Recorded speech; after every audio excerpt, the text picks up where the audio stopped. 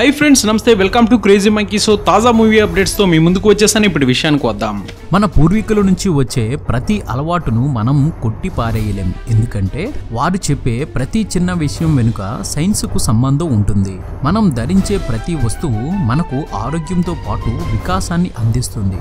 చివరకు మొలతాడు ధరించడం వెనుక కూడా ఒక అంతరంగం ఉంది, అదేంటో ఇప్పుడు తెలుసుకుందాం। మొలతాడు ధరించడం హిందూ సాంప్రదాయంలో ఒక భాగం, ఎందుకంటే ఇది హిందువుల్లో ప్రతి మగాడికి ఉంటుంది।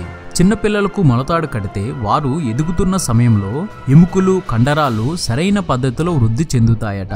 ప్రధానంగా మగపిల్లల్లో పెరుగుదల సమయంలో పురుషాంగం ఎటువంటి అసమతుల్యానికి గురికాకుండా ఖచ్చితమైన పెరుగుదల ఉండేందుకు మొలతాడును కడతారట।